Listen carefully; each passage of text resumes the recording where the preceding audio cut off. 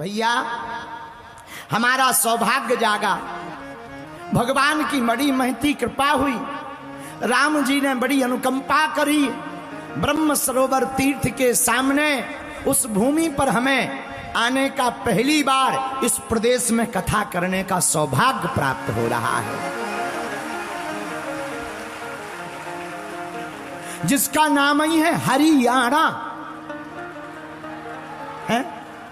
जिस प्रदेश का नाम ही हरि के ऊपर है, बाकियों की तो ठटरी भराई गई है? अरे वाह, क्या अद्भुत प्रदेश है, क्या अद्भुत प्रदेश का नाम है हरियाणा। हरियाणा, इसी का नाम है हरियाणा।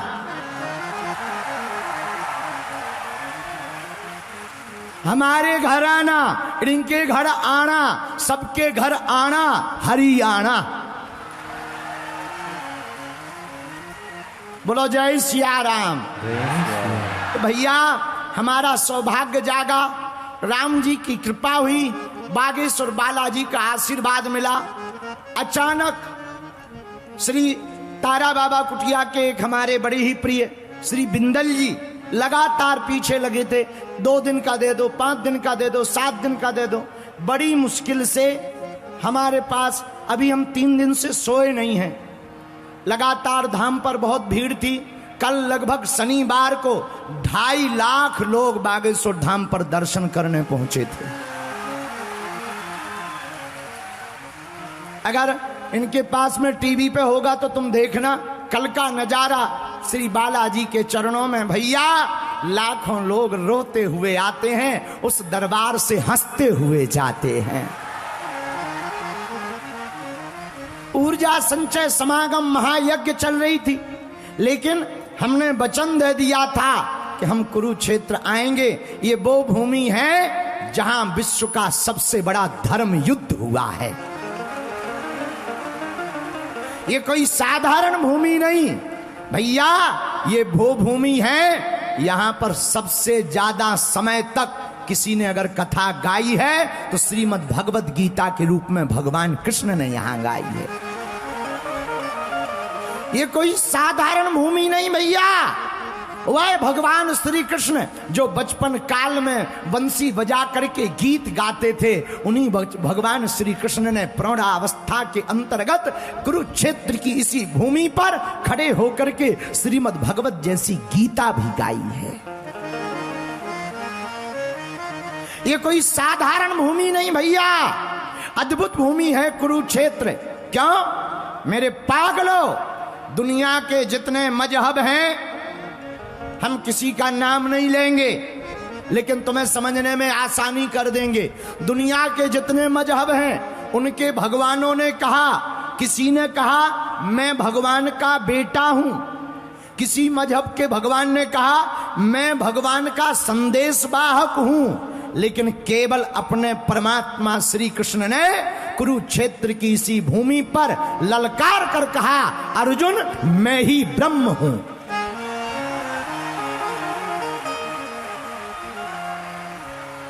मैं ही भगवान हूं। तो धन्य है यह भूमि जहां सामने ब्रह्म सरोवर है, उसके सामने कथा का पंडाल लगा। तारा बाबा चैरिटेबल ट्रस्ट के लोग धन्य हैं, हमारे बिंदल जी धन्य हैं, जिन्होंने हमें यहां आने का सौभाग्य दिया। जब 18 अध्यायों में भगवान श्री कृष्ण भगवत गीता गा सकते हैं तो 3 दिनों में हम उनके लाडले हनुमान जी की चर्चा क्यों नहीं कर सकते हैं।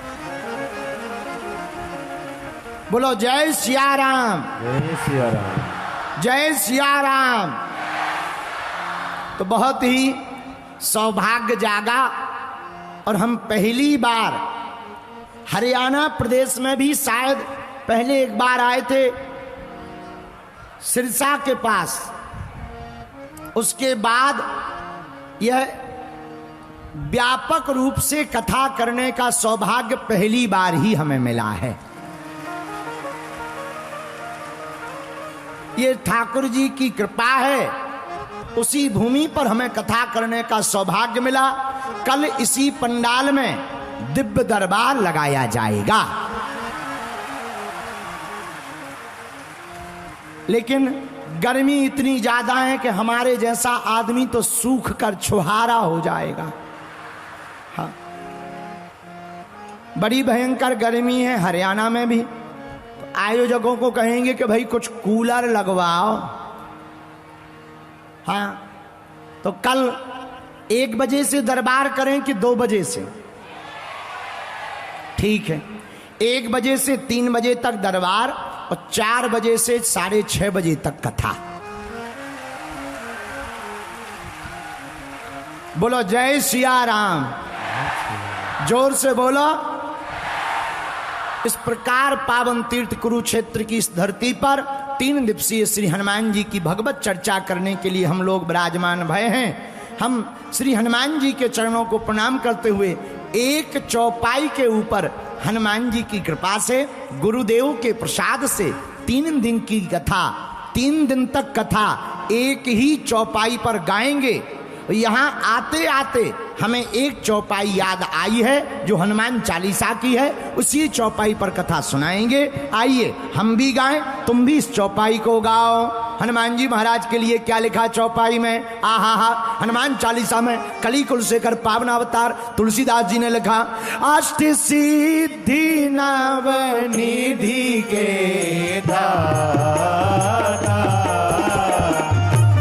अष्ट सिद्धि नव निधि के दाता, भैया असवर दीन जाने की माता, असवर दीन जाने की माता,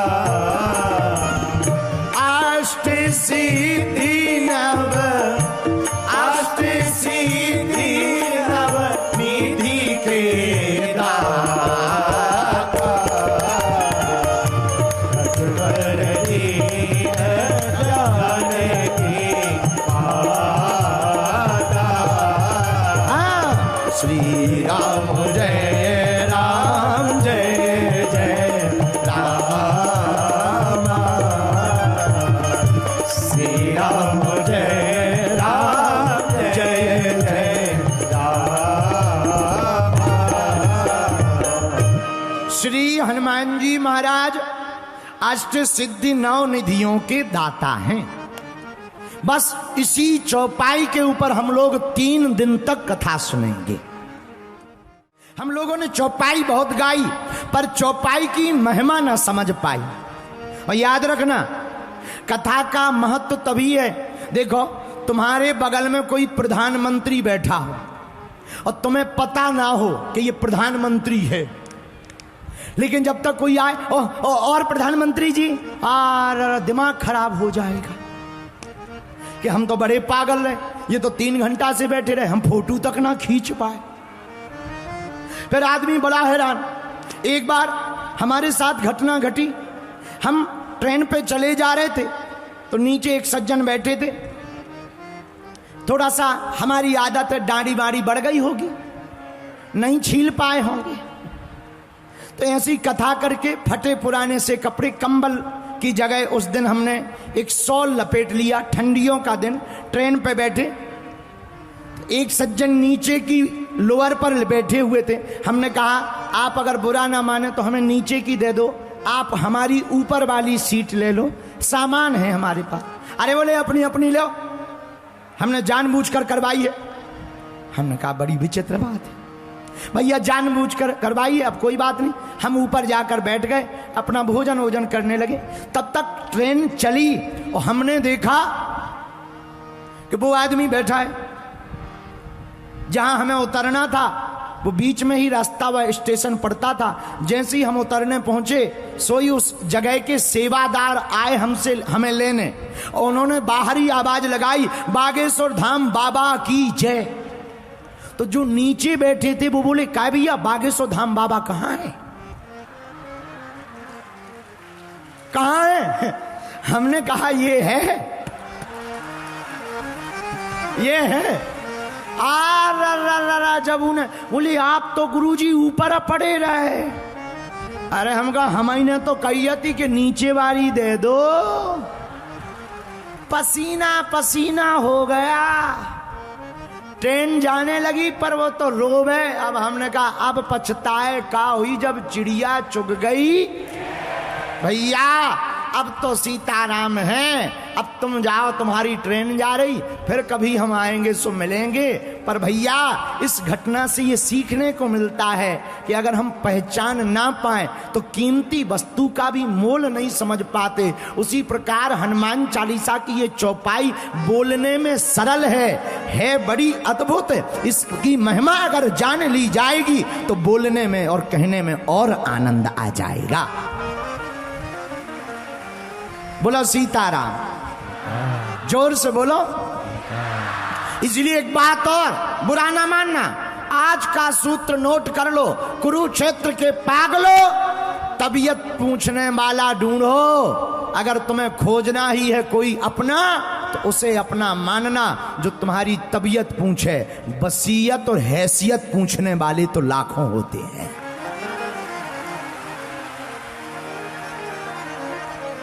पर अपना है कौन?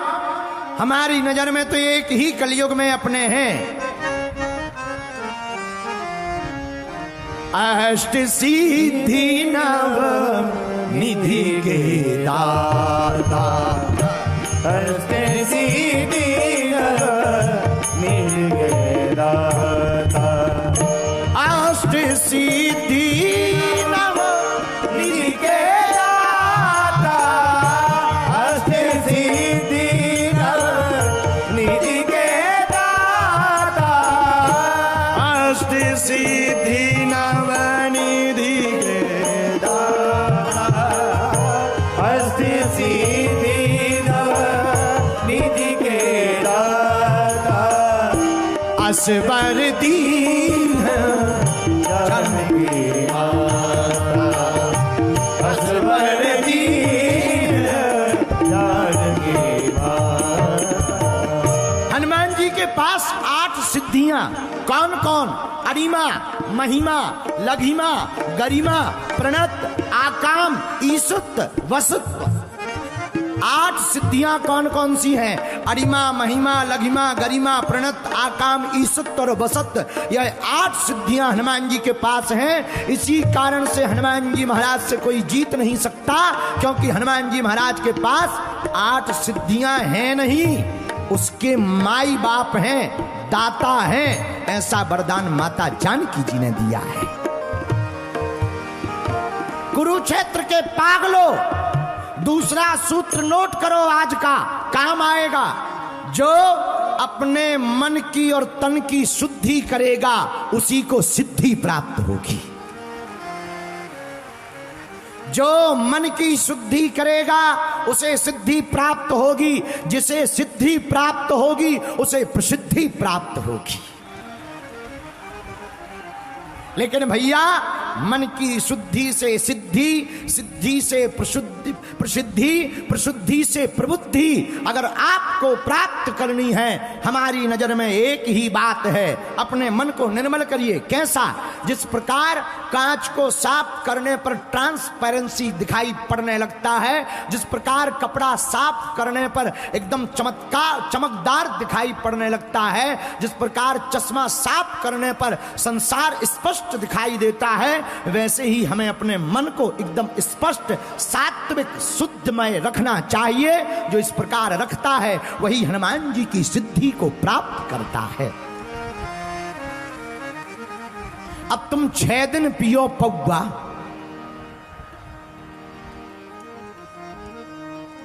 और इलू इलू करो, और फिर कहो गुरु जी जय हनुमान ज्ञान गुण सागर भूत पिशाच ठटरी के बरे न कटा। अरे हनुमान जी की कृपा पानी है तो पहला सूत्र नोट करो, शुद्धि करो। क्या करो? और तन की शुद्धि तो सब कर रहे, तन से पूजा कर रहे, मनवा गया बाजार, और कैसे रीझे सांवरा जुड़े न दिल के तार। तन से पूजा सब कर रहे पर मन से पूजा कोई नहीं कर रहा। तन की शुद्धि। तुम शरीर में कितना भी डेंट पेंट लगा लो, कितना भी साबुन लगा लो, तन की शुद्धि से परमात्मा रीझना वाला नहीं है। तन को चमकाओगे तो वासना में पड़ोगे, मन को चमकाओगे तो प्रभु की उपासना में पड़ोगे। इसलिए कुरुक्षेत्र हरियाणा के पागलों, आज का दूसरा सूत्र हनुमान जी की कृपा का नोट कर लो। हमें पहले शुद्धि करनी, फिर सिद्धि, सिद्धि से प्रसिद्धि, प्रसिद्धि से प्रबुद्धि प्राप्त होगी। किसकी कृपा से? उन्हीं की कृपा से। किसकी? उनकी, हनुमान जी की। हनुमान जी की कृपा से। क्यों? अष्ट सिद्धि नव निधि के दाता, अष्ट सिद्धि नव निधि के दाता, असवर दीन जानकी माता, असबर दीन जानकी माता। श्री राम जय राम जय जय राम, श्री राम गाइए जय जय राम, श्री राम जय राम जय जय राम, श्री राम जय राम जय जय राम, श्री राम जय राम जय जय राम। मेरे माई बाप, मेरी आत्माओं, याद रखना, बुद्धि की शुद्धि से विचार परिवर्तित होता है। हमें बुद्धि की शुद्धि करनी, तन की और मन की दोनों की शुद्धि करनी, तभी हनुमान जी की भक्ति सफल होगी। बोलो जय सिया राम। जय श्री राम। जोर से बोलो, और जोर से बोलो। बहुत से लोग बोलने की कला सीखते हैं, उच्चारण, उसे हिंदी में कहते हैं उच्चारण। क्या कहते हैं? अरे बोलो, उच्चारण। बहुत लोग बोलने की कला सीखते, उच्चारण सीखते। बुरा ना मानना, कुरुक्षेत्र के पागलों, उच्चारण सीख जाने से कोई महान नहीं होता है, उच्च आचरण जीवन में उतारने से ही महान हो सकता है। उच्चारण तो टीवी भी बढ़िया निकालती, तो क्या टीवी की पूजा होती है? हैं? उच्चारण तो हमारे गांव में रहने वाली मुन्नी बाई भी बढ़िया निकालती है। भैया, उच्चारण से कल्याण नहीं होना, उच्च आचरण से कल्याण होना है। उच्च आचरण का मतलब, बुरा ना मानना मेरे युवान साथियों, मेरे भाइयों, मेरी प्रिय आत्माओं, इत्र से तन को महकाओगे तो ज्यादा दिन तक नहीं टिकोगे, और चरित्र से तन को महकाओगे तो जिंदगी भर तुम्हारा नाम रहेगा। इसलिए इत्र से नहीं, अपने जीवन को चरित्र से महकाना चाहिए। भैया, राम कथा जब होती है तो हनुमान जी आते हैं, लेकिन हनुमान कथा जब होती है तो स्वयं प्रभु श्री राम जी आते हैं। राम जी चरित्र के महान हैं, राम जी का चरित्र पावन है। राम जी के जैसा किसी दूसरे का चरित्र नहीं है। इतना अद्भुत चरित्र, जिसकी धर्म पत्नी का कोई हरण कर ले वो जिंदा ना छोड़े। पर धन्य है राम जी, रावण को 2-2, 3-3 बार मौका दिया। बाली पुत्र अंगद को भेजा, जामवंत को भेजा, हनुमान जी को भेजा कि जाओ, अगर वो मान सके तो मनाओ। जब नहीं माना तब भगवान ने अंतिम विकल्प युद्ध निकाला। पहले युद्ध नहीं किया, अंतिम विकल्प युद्ध निकाला। मेरी आत्माओं, हम रामचरितमानस पढ़कर इतना कह सकते, राम जी जैसा चरित्र किसी दूसरे का नहीं हो सकता है। अच्छा, आप कहोगे गुरुजी राम जी का चरित्र महान क्यों है? विचार करना, आप लोगों ने सूपनखा वाली कथा सुनी होगी, हाँ जी या ना जी? अरे बोलो। सूपनखा की कथा में राम जी बात सूपनखा से कर रहे, देख जानकी जी की तरफ रहे। सीतह चितय कही तेही बाता, रामायण में स्पष्ट आया। देख जानकी जी की तरफ रहे, बात सूपनखा से कर रहे। किसी ने राम जी से कहा, अरे ये सूपनखा तुमसे कह रही कि शादी करनी है, वो आप जानकी जी की तरफ देख रहे हो, मामला समझ में नहीं आया। राम जी बोले, जब हमें कुछ करना लेना देना है ही नहीं तो देखें क्यों? सुंदरी है कि बद सुंदरी है? ये कितना बढ़िया उपाय है। कोई दूसरे की स्त्री तुम पर डोरा डाले तो घबराना नहीं, अपनी बाली को देखने लगना, डर के मारे ही देखने लगना। बोलो सीताराम, जोर से बोलो।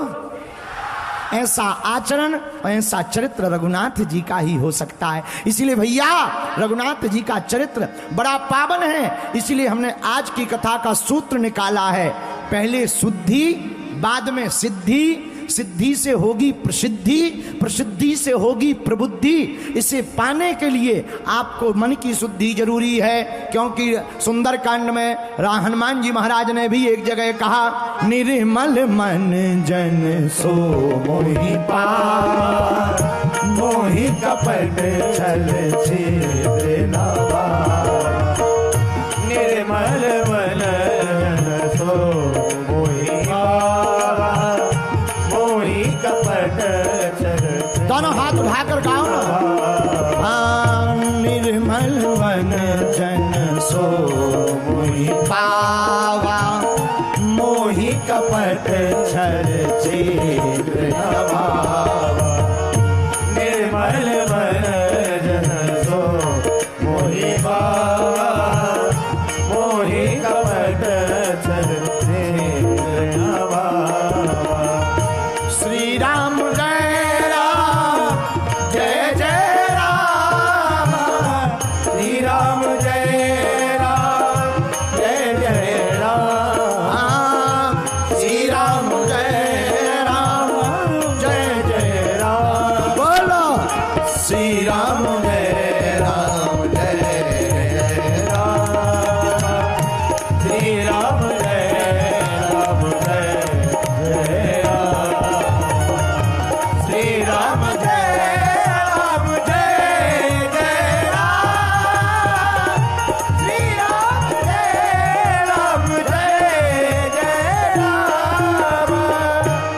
मेरे माई बाप, मेरी आत्माओं, एक महात्मा ने एक शिष्य को एक गिलास दिया, दूसरे शिष्य को दूसरा गिलास दिया, लो इसे अपने भोजन में उपयोग किया करो। एक शिष्य आलसी था तो वो रोज भोजन करे, पर गिलास को साफ सप्ताह में एक बार करे। दूसरा वाला कर्मवान था, वो गिलास को प्रतिदिन साफ करे। 2 महीने बाद जब गुरुजी ने दोनों गिलास वापस मंगाए भैया, तो जो प्रतिदिन साफ करता था उसका गिलास ज्यों का त्यों था, जो सप्ताह में एक दिन साफ करता था उसके गिलास में कालिमा आ गई थी। यह कहानी का मतलब है, हम अपने चरित्र की सफाई, चरित्र की निर्मलता प्रतिदिन करेंगे तो जैसा जन्म हुआ था वैसे ही हमारा मन निर्मल और चरित्र उज्जवल रहेगा। और कभी कभी कथा सुनकर सफाई करेंगे तो सफाई तो होगी, पर मन भी काला पड़ जाएगा और चरित्र भी काला पड़ जाएगा। बोलो जय सिया राम। तो आप पूछोगे गुरुजी, मन को साफ करने का, शुद्धि करने का प्रयत्न क्या है? दृढ़ संकल्प। क्या उपाय है? बोलिए बोलिए बोलिए। अरे दृढ़ संकल्प के बल पर महात्मा बुद्ध को बुद्धत्व प्राप्त हो गया। दृढ़ संकल्प के बल पर भैया कलिकाल में भी मीराबाई को भगवान कृष्ण प्राप्त हो गए। दृढ़ संकल्प के बल पर प्रहलाद जी ने खंबा से परमात्मा को प्रकट कर दिया। दृढ़ संकल्प के बल पर ही व्यक्ति महान बन सकता भैया। दृढ़ संकल्प के बल पर ही अहिल्याबाई को राम जी मिल गए और सबरी को राम मिल गए।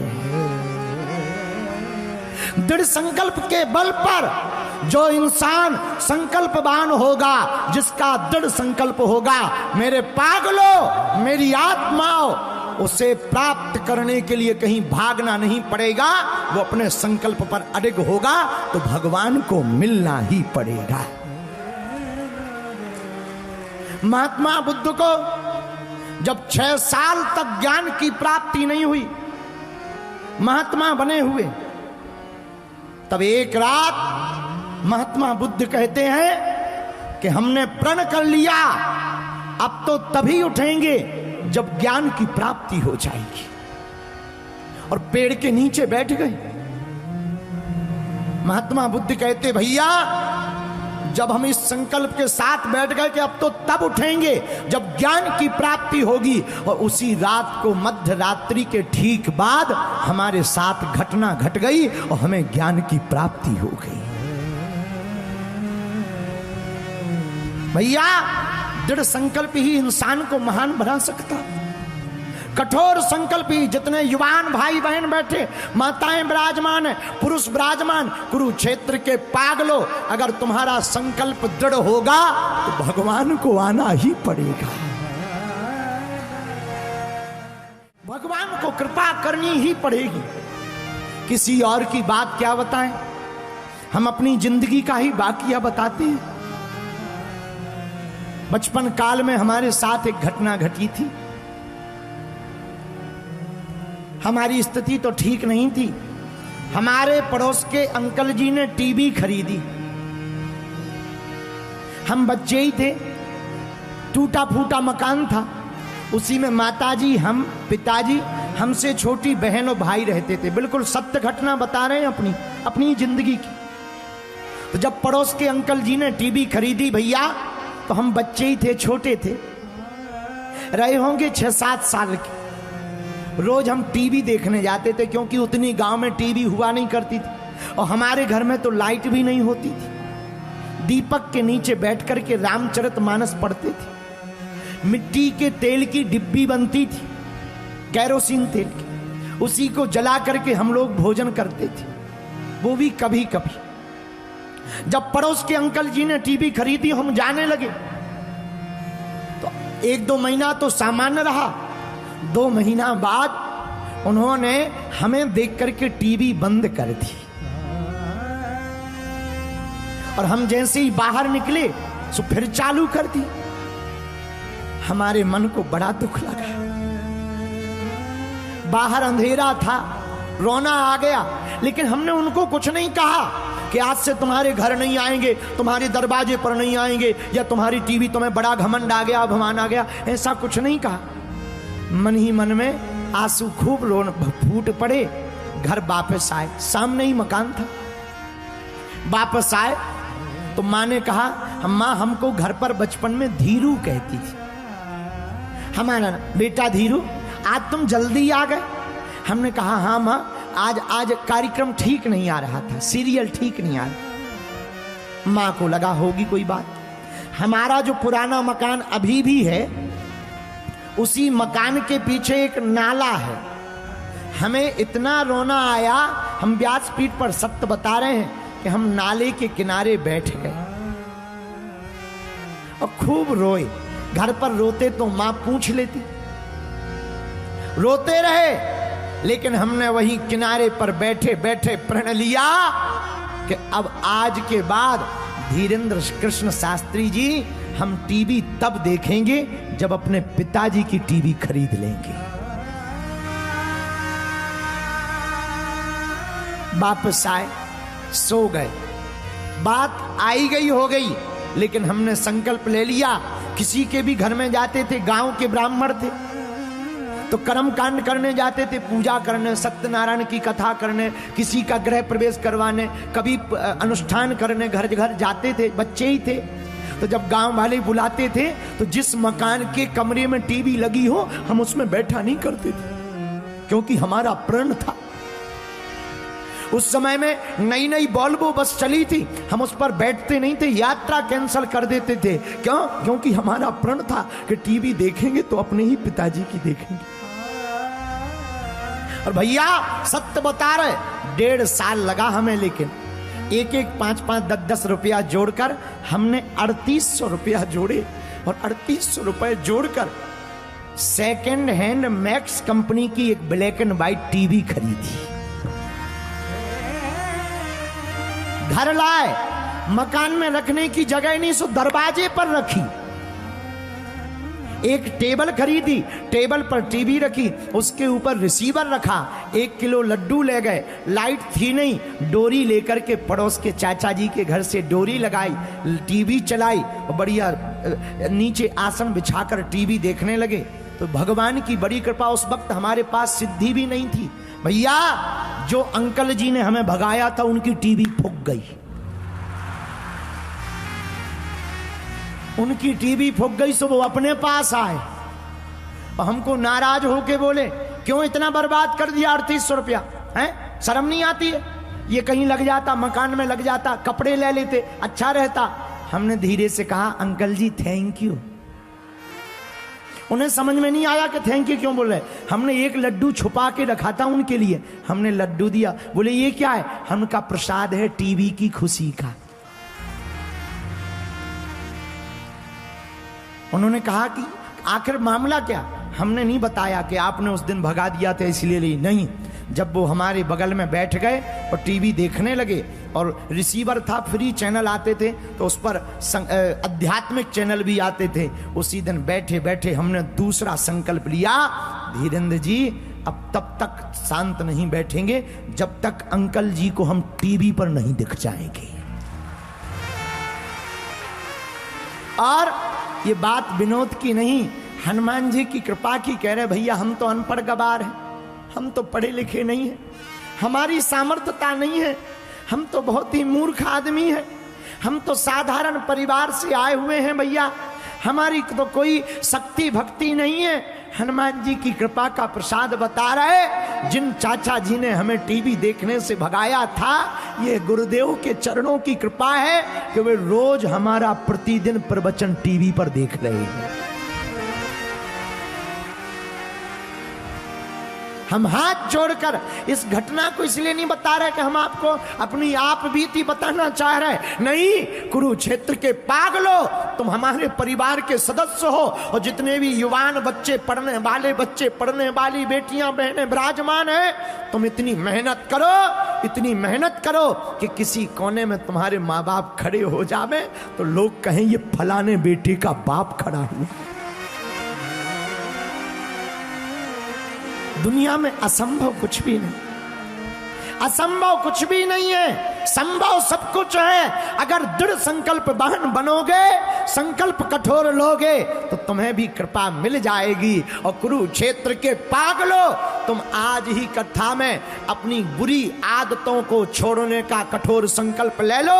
हम तुम्हें दावे के साथ कहते, तुम्हें किसी भी दरबारों में भटकने की जरूरत नहीं पड़ेगी, तुम्हारा घर ही बागेश्वर दरबार बन जाएगा।